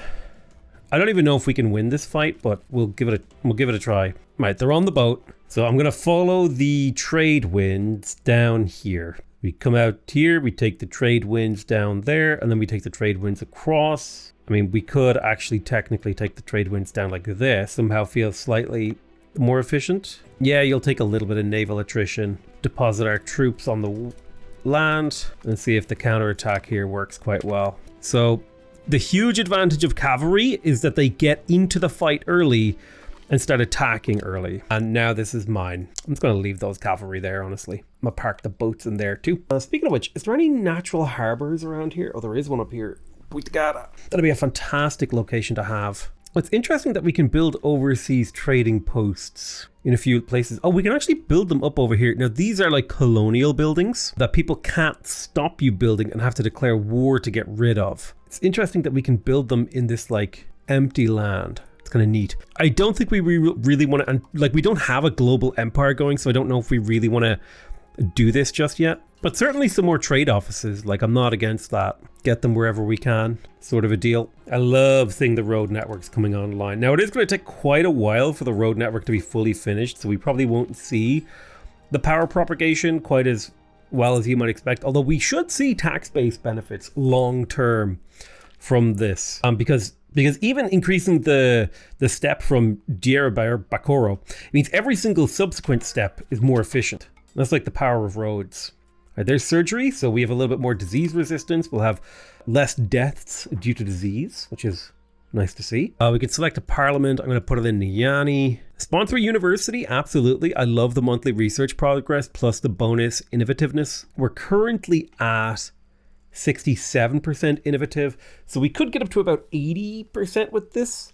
Getting higher than that's going to be hard, but I do want it. So we're going to sponsor a university. Long-term being innovative is really good. There is a question of, do I want to directly control the colonies? I don't know if it's good to have colonial nations. Okay, I need to, addressing the spiritual retreats here. That's going to dismantle some of the political power here. I do also like the idea of supporting the land focus. +5 is really great. Artisan guilds, it's another chance to dismantle some of the power of the burghers. I remember all the political power that I steal from the estates means a little bit more goes to me. So that is ideal. Ooh, the Mercury patio. We definitely want to build those because of the extra output on gold. Like, if we go to Niani here, or maybe where's the other gold producing province? Like the Mercury patio here literally doubles the gold output. Like that's crazy. Super useful for precious metal stuff. So any pink places are places where I have a road, but not necessarily the latest road. Nice, we finished encouraging tribesmen to settle. I'm wondering if I could start enforcing more things upon my vassals. So let's check Bono. Yeah, Bono's at the right level of friendship. So let's go ahead and enforce our culture on Bono. Wa has our culture and religion, so that's perfect. They might be worth annexing in the near future. Ouagadougou needs to have our culture enforced. So let's enforce our culture on Ouagadougou, on Nupe, Mondo, you know what? I'm just going to enforce it on everyone. You're all getting culture enforced. I don't care if you become rebellious. You stay mad, kids. All right, let's settle tribesmen in Baoul. There's like 100,000 tribesmen here, so there's a ton of them. So it's super worth it for us to convert them. We're almost down below 900,000 tribes. It's good. Finished settling more peasantry. Damn, 18. Where else do we want to settle some tribes? Oh, here we go, Kong. There's probably not that many in Kong. Yeah, it's only like 13,000. We'll get them settled and we'll get them moving into our cities. So definitely in Niani, we want to have maxed out. We definitely want maxed out lumber mills because that's like super valuable. The Tools Guild also has crazy production efficiency in here because of the iron, and the 22 levels is just insane too. The paper workshops, that's kind of more of a just like it ended up being the place that we did this rather than being like a part of a grander plan. Right now I'm on a road buzz. The idea hopefully being that we're able to connect up our empire a little bit. Okay, there's an arts academy. Beautiful. We should build that in the capital. Oh, it's a burger building. There it is. So it gives cultural tradition, cultural influence, as well as artist skill. It also provides some baseline demand for stuff, so we'll get that built. Very happy to see a lot of roads under construction, but we definitely want more. I don't understand the difference between gray, kind of the yellowish color. That's definitely something that I'm just looking at it and I'm like, huh? You know what? Our vassal Bono needs probably a bunch of investment to get their basic economy up, because what's their base tax?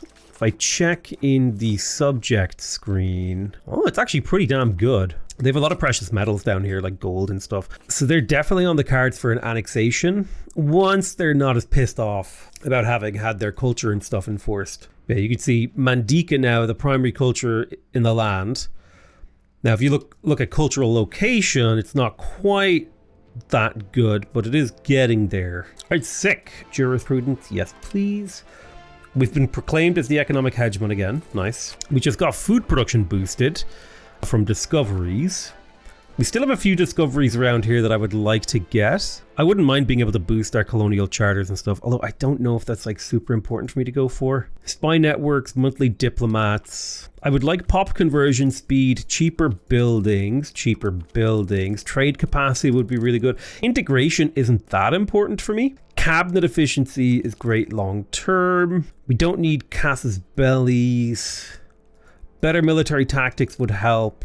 Training fields seems like just it's a rural military building, and the regimental camp is like a better, okay. I don't know if we need that. I would like military tactics plus correct section chances good. Movement time when attached to another unit, army morale, movement cost. Being able to march around without morale loss wouldn't be so bad. Let's see. Supplies, battle leadership law. So we could have meritocratic leadership, which would upset the nobles, but improve military tactics, or the ruler general, which would block low-born commanders. A ruler must be a commander during war. It would give us legitimacy. I would be more likely to go for meritocratic. Battle. That's quite nice though, because the meritocratic leadership would mean you would take less damage. Ooh, dry dock. This is a lazaretto. So this is a building that goes in cities. If it's in the coast, that gives disease resistance. Wonderful. The House of Parliament is a building that gives crown power and a permanent parliament. Ooh. So this is where the parliament would always be called. Ooh, a construction center. So this would allow you to build more in cities. Now that's a big one. Okay, and then the merchants' quarters. Okay, I think this is an upgrade to the market. So the market is 10, 1, 1, 120. This is 10, 1, 1.5, 1.5, 30. So it is a significant improvement. Oh man, there's a lot of good stuff in here. And then more government reforms. Damn, there's so much good stuff down this tree here. So definitely, let's go to battle leadership law, then to the lazaretto. I think we will stop by the House of Parliament, grab that trade advantage. Then we want the construction center, the merchants' quarter. I mean, maximum RGO size is fantastic, and then government reforms. And then we'll come back and look at this.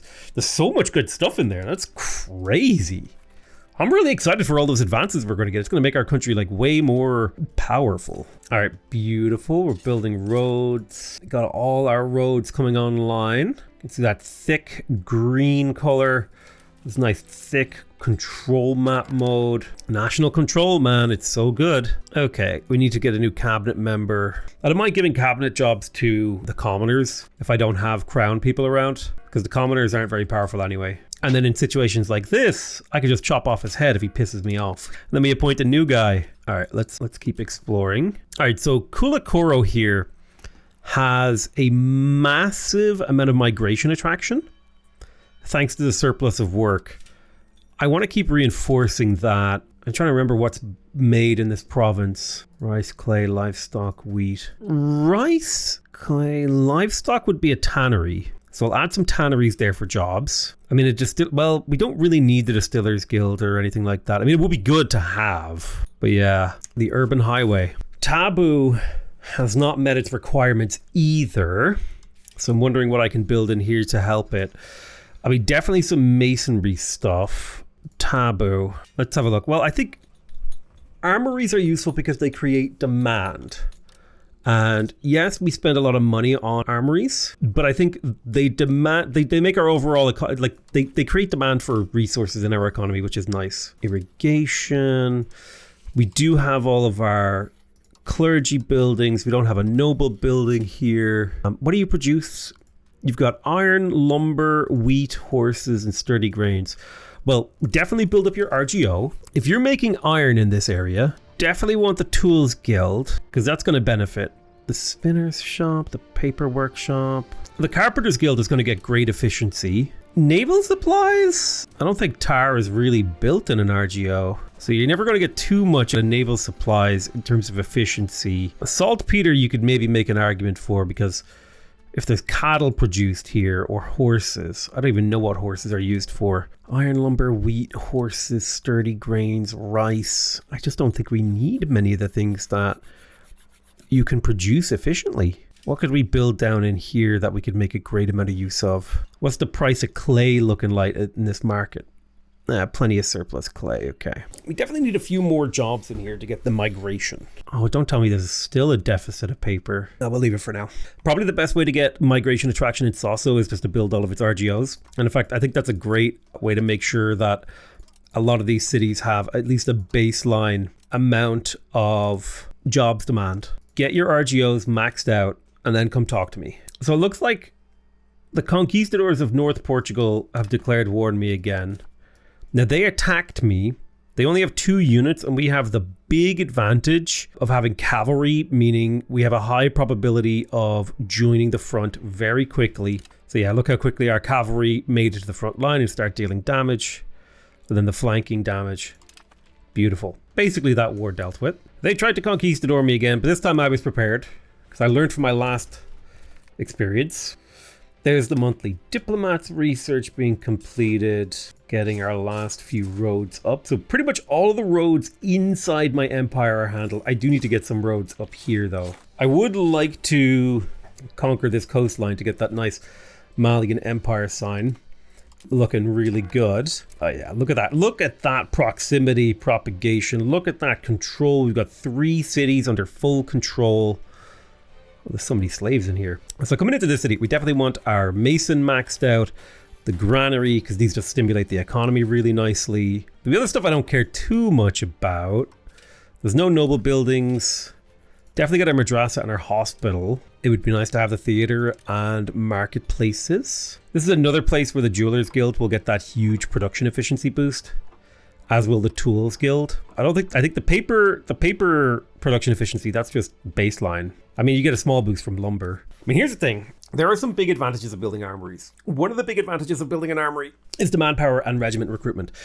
The other one is the demand for goods. I think we will build the armories, and I'm tempted, even though they're relatively inefficient compared to an armory, to build the defensive buildings and stuff like that too, because they also create a demand, which is really nice. Like the sofa barracks gives manpower, the stockade gives garrison size. So I think we'll build these as well. Again, just to create the demand for goods in our economy. And let's do the same thing in Dakanjalan. We'll pump up our granaries and our masons. Then make sure we have like our theater, our marketplaces. Then make sure we have our military buildings. This is a city, so it deserves a full defense. I know forts are fairly expensive, but my hope is that the demand created is worth it long term. Now I'm going to do some mass infrastructure building here. Anywhere inside my economy that I can build granaries, I'm going to do it along these highways. Oh, I'm out of money.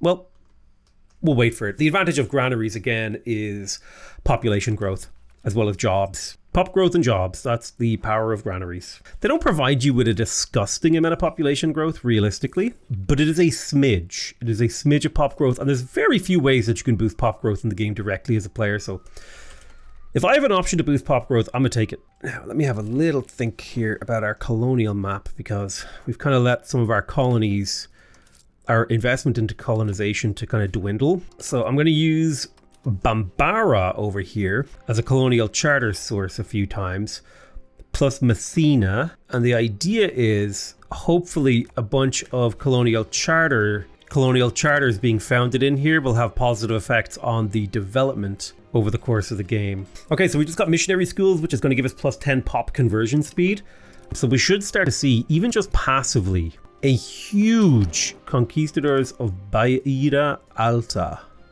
Now they attacked me again. Cool. I guess I'm just gonna be at war for a long time. Am I the war leader? Listen, sometimes, you know what? This game needs a few little patches here and there. It is a ton of fun. I gotta say, like, I don't want to stop playing. That's the crazy thing about this game, right? Is no matter how much I play it, I want to keep playing it because I want to learn the systems. I want to figure out the quirks. I want to suggest how to make it better. It's all very exciting. So what was I doing? I was doing a granary construction, right? And basically, we have a superhighway that we have to build. And granaries are fantastic because they do two really important things to your economy. They provide food storage, which results in population growth. And secondly, they provide demand for masonry. And demand for masonry is a really nice thing to have. Now this river goes all the way. We could build a urban highway along this river as well. I don't hate it. Get all the way to Labe. Yeah, tempting. Wouldn't mind building a road up the coast. Beautiful. More tribesmen have been fully integrated. Let's see. Yatenga is next. There's not that many tribesmen in there. We've more or less settled all the tribesmen in our Imperial core. This is sort of like the Imperial periphery that we're working on out here. We probably need to start spinning off vassals. Speaking of vassals, let's look at the... So there's nobody that I can enforce stuff upon. I could annex Katsina and Borgu. I think I'd like to start annexing the western side of my empire first. So I'm thinking I might spin Mora here off into a vassal because they should in theory already follow religion and culture. So let's create a subject. We're going to create a custom subject in... Oh, because I'm at war. Blah, blah, blah. All right, let's drop a Parliament in Niani. Oh, now they offer me the paved road network. You sons of guns. Come on, man. We can implode some merchant guilds, which is always valuable. Serfdom isn't that big of a deal, so we'll reinforce that. And now we can build roads cheaply. Kind of annoyed by that being delayed so long. I mean, we were going to build them anyway, so it's fine. 10% cheaper buildings is wonderful. That's a lovely advance that we just got right there. We're capturing this territory back. All right, I think we have managed to settle the score over here. Tempted to build a bloody castle here. So we have a huge number of granaries coming. So that should leave us with a bunch of masonry demand. I'm no longer at war, so I can spin off these vassals that I talked about. So I wanted to create a custom subject over, was it here? Bongor? Yeah, in Massa.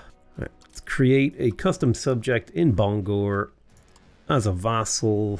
Boom. You are the wrong religion and culture. Well, guess what's happening now? We'll improve our opinion with you, but we're about to enforce some bad stuff on you. I say bad stuff. Just enforcing our culture and religion on them. I mean, is that really so bad? Come on. It's pretty bad, guys. All right, enforce religion. Bam. They will now be our culture, and we can start expanding them. Western Adamwa here, what I could do is grab a couple of these guys, set them to assimilate into Mandika in Western Adamwa, and create a pocket of puppy power that we'll use to control the nearby areas. Yes, 10% urban buildings cost reduction, beautiful. Means expanding our country will be nice and cheap. And yeah, once this region is fully integrated, that'll be nice. Now the lack of control here is devastating. That's okay. So I wouldn't mind making Yanibana here into a city. It will hurt our iron income for the short term. Oh, man, you guys have a masonry issue, don't you? You have a huge shortage of masonry in this market. Well, I'll tell you what, let's preemptively build a few masons in here. Yeah, for the sake of supplying this market, I'll build masons inside the market capital and make sure they're subsidized. All right, let's look. Road. Amazingly, I can build roads into my neighbors. That's kind of fun. And so now you see here, the proximity at Boromo here, after building all these paved roads, is at 43%. That means a place like Ouagadougou is probably ready to be annexed. However, they are a disloyal subject because we recently enforced negativity upon them, like in the form of our culture and stuff, which they have diligently not been converting. Oh, they're not even trying. You jerks. So Jolof patriots, who seem to control no territory, we'll just raise armies around here, have declared war on me? Hunt them down, boys. They have been defeated. Disband the levies. Let's have a look at Gao. Gao is the right culture and religion. You know what? Time to annex Gao. They sat patiently. They did their work. Conquistadors. Haven't you guys learned? That's the power of cavalry, baby. Cavalry's so good. 25% trade capacity is wonderful. We should actually see a significant boost in income from that ability. We're almost at 100% stability, which does suggest that it might not be the worst thing if we were to retract something from these guys. Like, primacy of the nobility is giving them like 800 political power. And while yes, +5 discipline is great, 100% political power, they won't be taxed as much. We could probably go for manorial courts. We have so much centralization. We have plus 0.37. So we could implement manorial courts. We could revoke primacy of the nobility, cut their political power significantly, and then implement something that is actually like not that big of a deal. Monetary fiefs isn't terrible either, honestly, because max tax on the nobility isn't that big of a deal, and it would make them happier. I'm going to drop the monetary fiefs because We're not able to extract most of the tax that they offer anyway, but really we just need to dilute their political power a bit and get more of it in the hands of the crown. Is there anything that the burghers want? Let me see here. We're practically taxing them at the maximum rate. They have positive excess happiness. Now, positive happiness of these guys does provide a production efficiency boost. I don't know where you see that.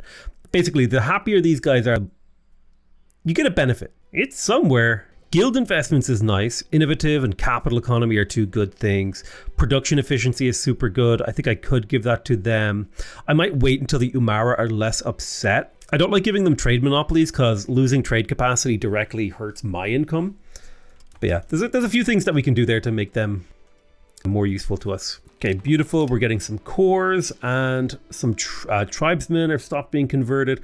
Let's also quickly build a few last bits of road that we're missing. So I think we fully paved road our country, which is great. So you can see the power radiation over here, which means it's worth it to start annexing more spots. Let's go to our cabinet members. We were converting here because we want to turn this into a vassal that has really strong local control. One of the ways that we could speed up this conversion is by actually exerting province control in Western Adamwa, because if we have a higher control percentage, this demographic shifting will be more efficient. You can see here we get a negative effect from a lack of control. So this should actually speed up the rate at which we convert this province to the correct way. We could implement artillery. I'm worried about the stability. I think it's fine. I think we can tank that stability, no problem. So now that we've got artillery, I'm curious about that one. So artillery would give us extra bonus against forts, fur and wild game output. We've got some new units and building upgrades, pop conversion speed, tolerance, better forts, fort limit. We've got baggage trains, prestige, next level of barracks, cannons, army morale. Ooh, there's lots of really cool stuff in here. The naval battery, which I think is the upgrade of the coastal force. Can I hire a conquistador? I don't know. It seems like I can't. Maybe it's like a cultural thing. You must be this Spanish to create conquistadors. So, massa.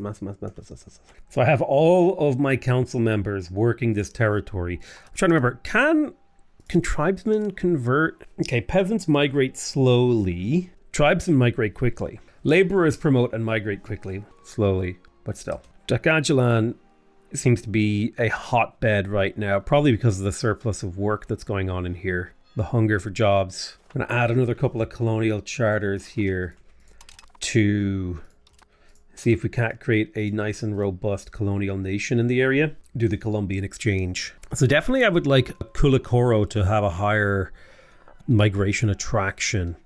So I'm trying to think about what I can do to bump that up. For sure, surplus of work is doing a lot of work on that front. Building a bunch of irrigation in here. We need to be careful about the supported building levels, because if we go over it, we'll actually start hurting migration attraction. I think one of the things to do would be to increase the amount of jobs here by building rice.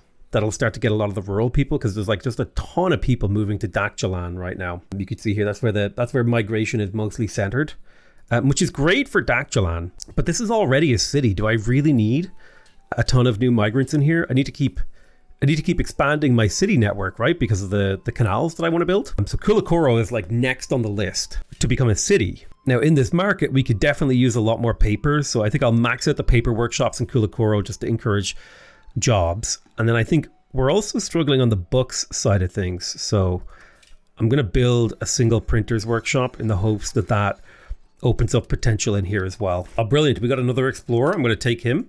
I have auto explore on.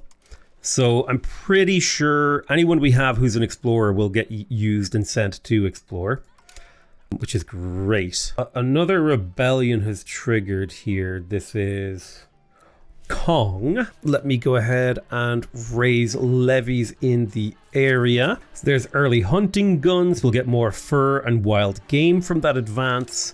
It's like a slight boost to our economy. That war is now over, so we can disband our levies. Excellent. Demographically, Bono is Mandika. I think they're still in the process of like converting people to Mandika. What are your cabinets doing? That's something that I wish I could see. Like, here's a cabinet member, so he's doing something, but I can't tell what. Anyway, in theory, they will convert the country for you. Seems like my strategy of splitting off people might be failing. Okay, so we've built all of our roads. Let's go ahead and handle the coastal stuff again. Let's go to fishing villages in any market, because we just want to make sure that we have all of these fishing villages, as they provide extremely useful abilities, right? Trade capacity, food. Food's not bad. Yeah, they provide trade capacity, food, and food capacity, sailors, maritime presence. So they are really useful to have, fishing villages throughout your empire.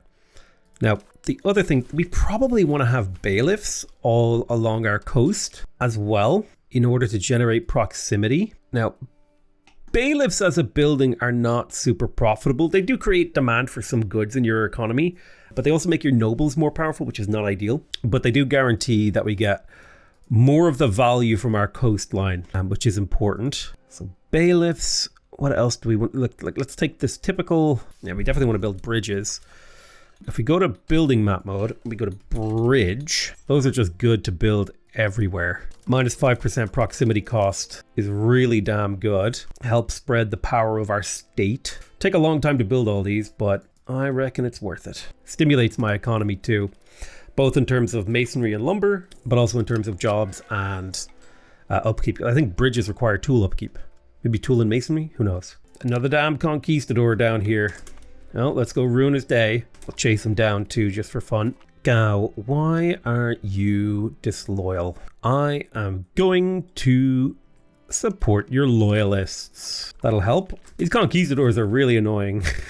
They just don't take feck off for an answer. There's military tactics advance, so we're going to take less damage on our units when we fight, which is fantastic. The less damage you take on your units, the better. Means you're more like even a bad fight might not necessarily be as bad. All right, beautiful. We're seeing a huge influx of migration into Kulikoro now, which is part of the plan. All right, let's put Parliament in Niani once again, developing the interior. We're progressing towards naval, which I don't like. So let's develop the interior. What is influencing our naval, our float here? So army tradition, so naval experience, naval maintenance, and navy size. So I think we need to have a bigger army to really settle this. So I tell you what, let's recruit a very large professional army of cavalry. So we'll recruit 30 cavalry in Dirakoro. They'll take a while to build, that's fine. Not in a rush to get them up and running. I have noticed since I hid the outliner, I haven't had any crashes, which does not bode well for the outliner. Okay, correct section chance. All of our bridges are starting to finish. So we're projecting a good level of proximity. We do have bailiffs on the coast, which does unfortunately empower the Umara. Not that big of a deal. We failed to develop the interior. Blurp. I'm a blurpy blurp. I want to make sure that I have all my markets maxed out. Markets are really, really good. They provide burger jobs. Burgers are, they consume a lot of resources. They provide trade power. Markets provide trade ability. They also consume resources. Markets are just great. So I want to make sure that I have those flowing in my economy.